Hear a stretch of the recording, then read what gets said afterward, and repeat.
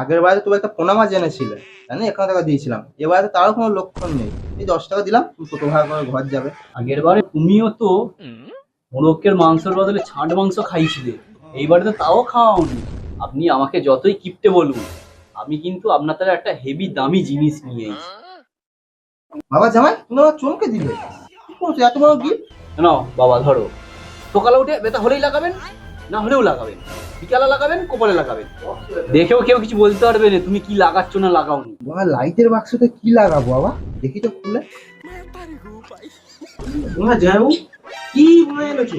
এই এটা আমি কি করবো জামাই? বাবা আপনার তো বয়স হচ্ছে, তাই জন্য আমি একটা বুদ্ধির কাজ করেছি, এই জিনিসটা নিয়ে এসেছি। হলেই লাগাবেন, মানে ব্যথা হলেই লাগাবেন। আমি তো 10 টাকা দেবনি, আর এই জায়গা আমি খালি হাতেও যাবনি, এই পাখাটা আমি নিয়ে যাচ্ছি। শালা চোট পাগলা ছোড়া জামাই, শালা তুই আর পরের বার ষষ্ঠী এসিস, তোরা যদি এই ষষ্ঠী পুজো কর দিই পরের বারে দেখবি। তুমি যতই গাল বন্ধ করো, আমি পাখা দেবনি, আর তোমার মেয়েকে তুমি ঘরে দিয়ে আসবে, আমি নিয়ে যাবনি।